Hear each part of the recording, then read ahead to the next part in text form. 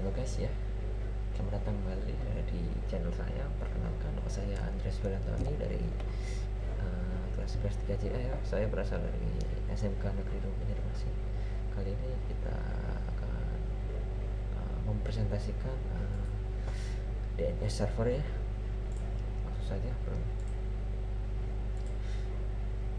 Pengertian, fungsi, dan cara kerja DNS adalah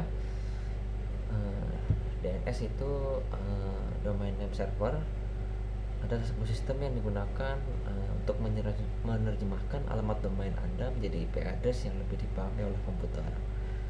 Oleh karena itu, DNS server adalah salah satu hal yang perlu Anda pahami jika Anda seorang webmaster. Oke. Apa itu DNS server?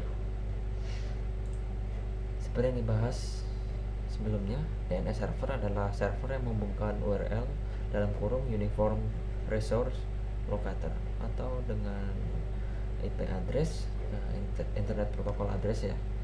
Hal ini tentu melibatkan proses yang lebih rumit. Anda harus menghafal rangkaian nomor IP address yang ingin Anda kunjungi dan memasukkannya secara manual. Kan seperti itu kan, secara manual ya ngos-ngosan ya, capek ya. Misalnya juga kalian masuk ke DNS-nya google.com kan, kalian harus tahu hafal IP address-nya, kemudian facebook.com dan juga lain-lain ya. DNS server sangat membantu Anda memecahkan permasalahan ini. Anda hanya perlu mengingatkan alamat domain dan URL dari website yang Anda kunjungi. Terus fungsi DNS sebagai berikut ya. Nah, sejatinya DNS adalah sebuah database server yang berfungsi untuk menyimpan alamat-alamat IP ya, yang digunakan oleh hostname. Namun ada juga fungsi lain DNS yang perlu Anda ketahui, seperti mencari alamat host untuk memenuhi request dari klien, terus meminta informasi IP address sebuah website berdasarkan dengan alamat domain, kemudian menentukan server yang paling tepat untuk pengiriman email, terus mengamankan aktivitas transfer data yang terjadi selama user mengakses suatu website, dan seterusnya menambahkan hostname ke IP address dan sebaliknya. Dan yang terakhir, mencari data sesuai pada database server untuk ditampilkan pada browser klien. Semua fungsi ini ya bekerja saat otomatis Anda sedang mengakses sebuah website di internet. Namun untuk memilih DNS lebih lanjut, berikut adalah penjelasan lengkap cara kerja DNS. Cara kerja DNS yang pertama, DNS query. Non-recursive query, pencarian informasi DNS paling cepat. Saat user memasukkan hostname, server berhasil mencari dan mendapatkan informasi tentang IP address yang tersimpan dalam sistem cache. Oke, langsung aja. DNS Resolve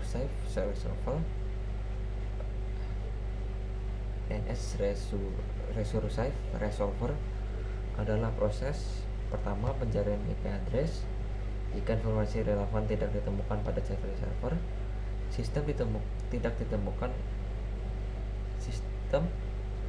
akan mencari informasi pada cache penyedia internet atau internet server provider atau dalam kurung ISP. Selanjutnya, root name server atau RNS sendiri tidak memiliki semua informasi hostname dan IP address. Server ini meneruskan permintaan informasi ketiga yang mempunyai informasi tersebut. Terus, jika informasi tidak diminta oleh klien tidak bisa ditemukan di ISP, sistem akan mencari informasi yang Anda butuhkan pada root name server, database yang menjawab pertanyaan-pertanyaan soal nama domain dan IP address. Oke. Kemudian TLD name server. Melalui root name server, sistem akan menggunakan top level domain untuk menemukan jenis informasi yang dicari. Contohnya, jika top level domain ditemukan ekstensi domain.id, berarti server yang digunakan pasti adalah server Indonesia. Begitu pula dengan .au yang pastinya ada di server Australia. Dengan begini, sistem akan meneruskan pencarian informasi ke server yang memiliki informasi dan data yang dicari. Oke. Selanjutnya, authoritative name Setelah berhasil menemukan server tempat hostname disimpan, autoritatif server memiliki semua informasi lengkap tentang website yang dituju. Saat semua informasi yang diminta sesuai dengan hasilnya, browser pun akan menampilkan website atau halaman yang klien minta pada awal pencarian. Biasanya proses pencarian konten melalui DNS server ini akan diulang untuk memastikan informasi yang ditampilkan tetap up to date. Kemudian selanjutnya macam-macam DNS. Dalam sistem DNS server, informasi yang disimpan dan diberikan disebut dengan DNS record. Berikut adalah 10 DNS record yang sering dijumpai.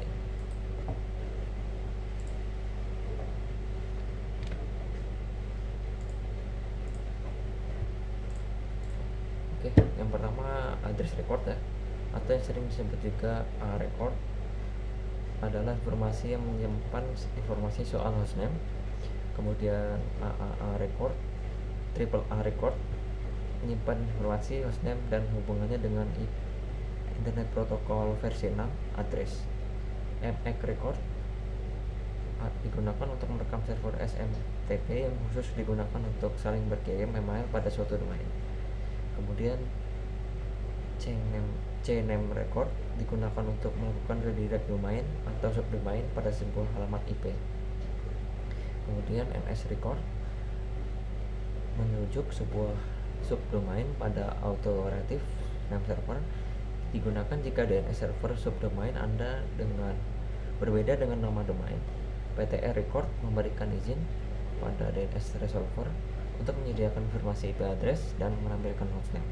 Kemudian CERT record digunakan untuk menyimpan sertifikat enkripsi atau sertifikat keamanan ya. Kemudian SRV record berfungsi untuk menyimpan informasi terkait lokasi permintaan klien seperti priority, permintaan name, wake, port, point, dan TF. Kemudian TXT record digunakan untuk menyalurkan data yang hanya bisa dibaca oleh komputer. Dan terakhir adalah SOA record, adalah bagian yang muncul pada dokumen DNS zone. SOA record juga merujuk pada authoritative name server serta informasi lengkap sebuah domain. Oke, di bagian-bagian DNS server memiliki cara kerja sistematis ya, sebagai berikut. Yang pertama, root level domain merupakan bagian tertinggi dari hierarki DNS, biasanya terdiri dari tanda titik di bagian paling belakang sebuah URL. Kemudian top level domain ya, seperti tadi TLD, merupakan ekstensi yang ada di depan root level domain. Ada dua jenis TLD yang umum digunakan, yakni country code top level domain tanda kurung CCTLD dan generic top level domain dalam kurung GTLD tutup kurung. Second level domain atau SLD merupakan nama lain domain itu sendiri. Bagian ini sering digunakan sebagai identitas berbanding, identitas branding dan intuisi. Dan yang terakhir adalah third level domain atau subdomain, merupakan bagian dari domain utama yang berdiri secara mandiri. Ya, seperti tadi lah. Terima kasih ya. Apabila ada kesalahan kata maupun kekurangan yang ada di dalam video ini, mohon dimaafkan. Sekali lagi sekian dari saya. Terima kasih.